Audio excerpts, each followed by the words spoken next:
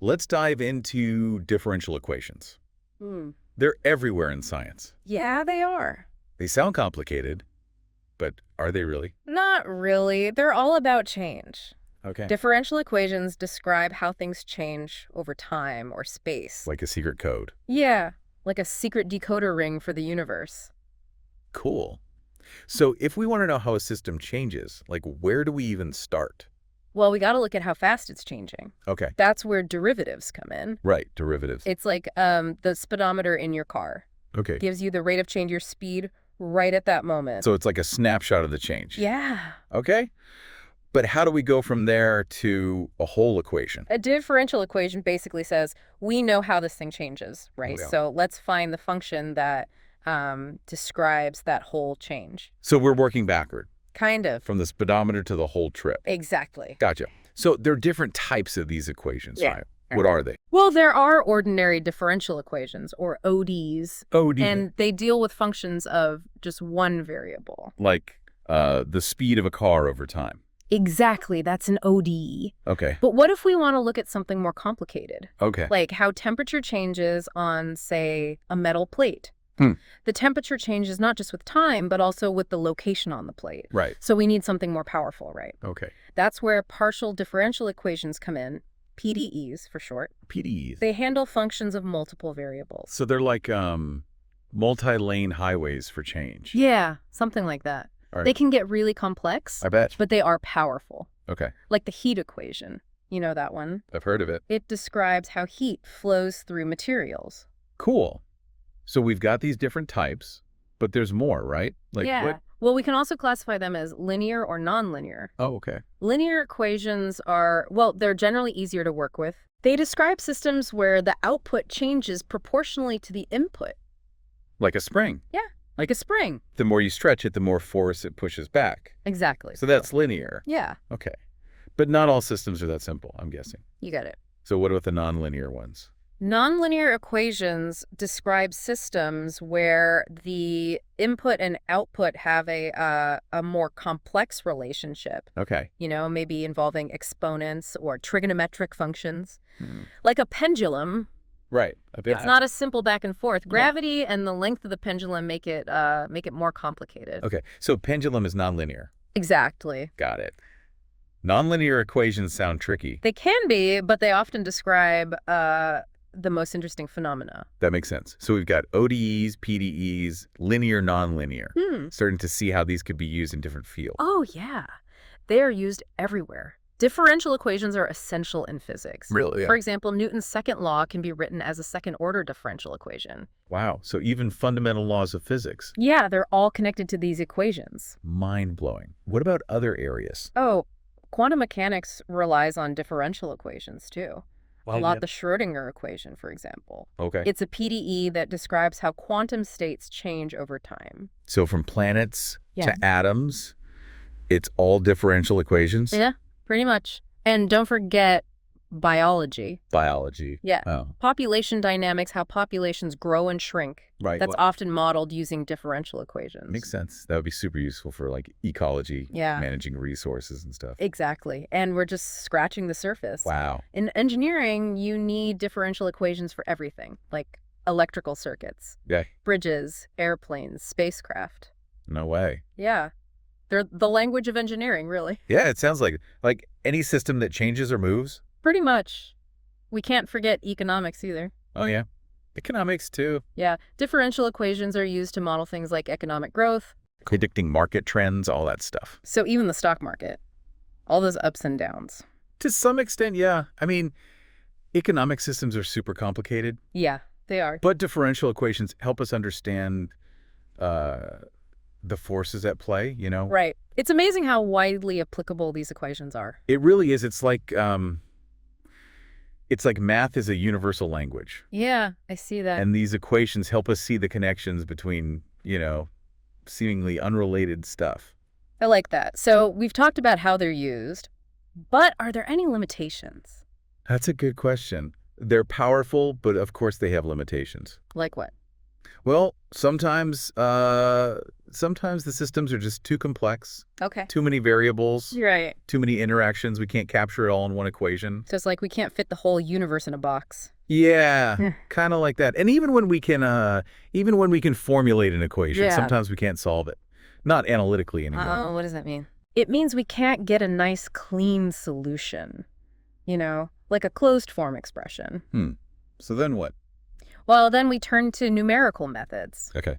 These are techniques that they let us approximate solutions, Okay. even when we can't solve them exactly. So it's like, okay, we might not have the perfect answer, but we can get close Yeah. using computers and stuff. Yeah, exactly. Numerical methods have been huge for differential equations. Oh. They've let us apply them to a way wider range of problems. Gotcha. It's cool how our understanding of these equations has evolved over time. It is. There are still so many unanswered questions, though. Like what? Well, like chaotic systems. Okay, I've heard of those. They're systems that are really sensitive to their initial conditions. So even a tiny change at the beginning can lead to huge changes in the outcome. Like the butterfly effect, right? Exactly. A butterfly flaps its wings and causes a hurricane or something. Yeah, it's like that. Chaotic systems are tough to predict. Yeah, I could see that. Even a tiny error in our measurements can mess everything up. So there's still mysteries to be solved. Oh, tons of them. That's what makes it so exciting. Yeah, always something new to discover. So let's get a bit more concrete. We've talked about these equations in the abstract. Yeah. But how are they used in the real world? Like specific examples? Sure. Well, one area where they've made a big impact is medicine. Oh, really? How so? Well, they're used to model the flow of blood Blood flow. through the circulatory system. This is crucial for understanding heart diseases, Makes sense. by creating a mathematical model of the heart Right. and the blood vessels. Doctors can simulate how the blood flows through the body. So they can see potential problems. Exactly. Things like blockages or aneurysms. That's amazing. So differential equations can help save lives. Yeah, they can. What other examples? I don't know. What else can we think of? Well, in climate science, for example, Okay. they use differential equations to model the Earth's climate. The whole climate. Yeah, they build these huge models Okay. with data on atmospheric temperatures, ocean currents, solar radiation, greenhouse gases. Wow.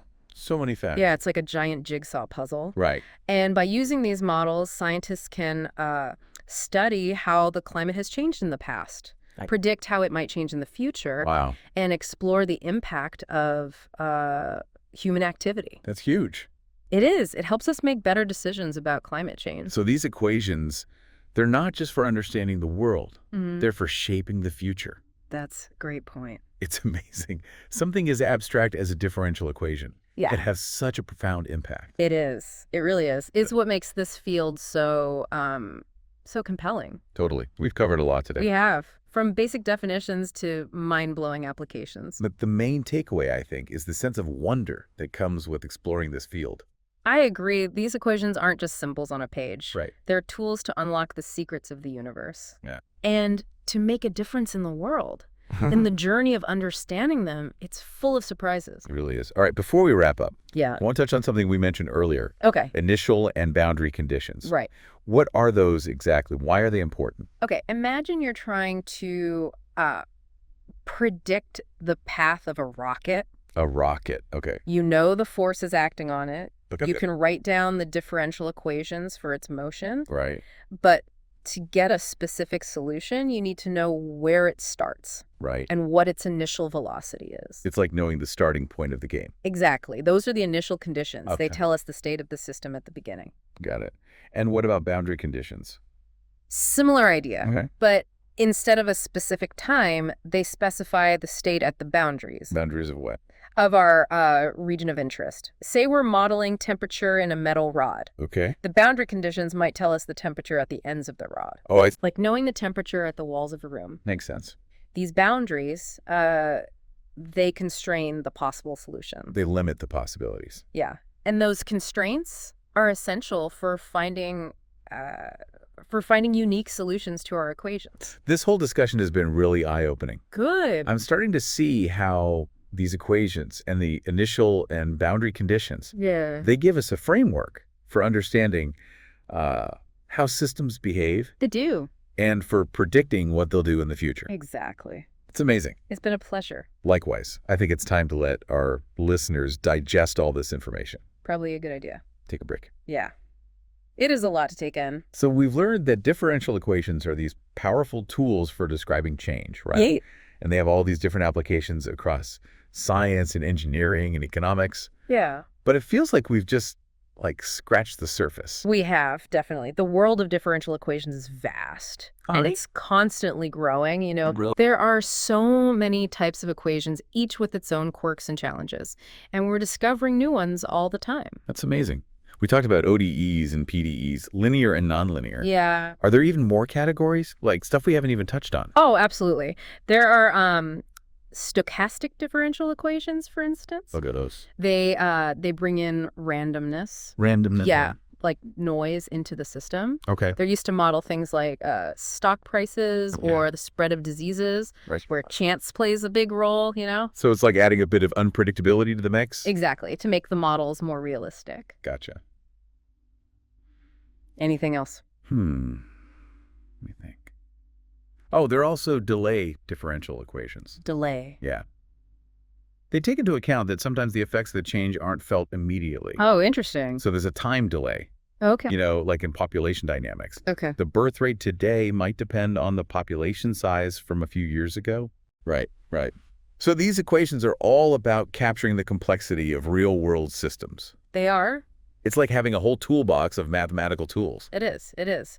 And the more we explore, the more tools we find. This whole deep dive has been incredible. I'm glad you think so. We've learned so much about these equations, Hmm. from the basics to the mind-blowing applications. Yeah, we've covered a lot of ground.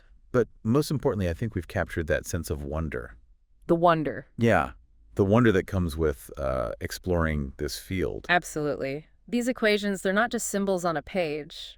Right. They're powerful tools, you know? They are. They unlock the secrets of the universe. Yeah, that's a good way to put it. And they help us make a difference in the world. Okay, so as we wrap up, Yeah. I want to leave our listeners with a thought. Okay. Think about your own area of interest, whatever it is. Hmm. Science, technology, art, whatever. Okay. How might differential equations play a role in that field? That's a good question. What hidden connections might they reveal? It's an invitation to keep exploring, To keep learning. to keep questioning, and to keep discovering the amazing ways that math shapes our world. I like that. Thank you for joining us on this incredible journey. Until next time, keep those minds curious and those equations flowing.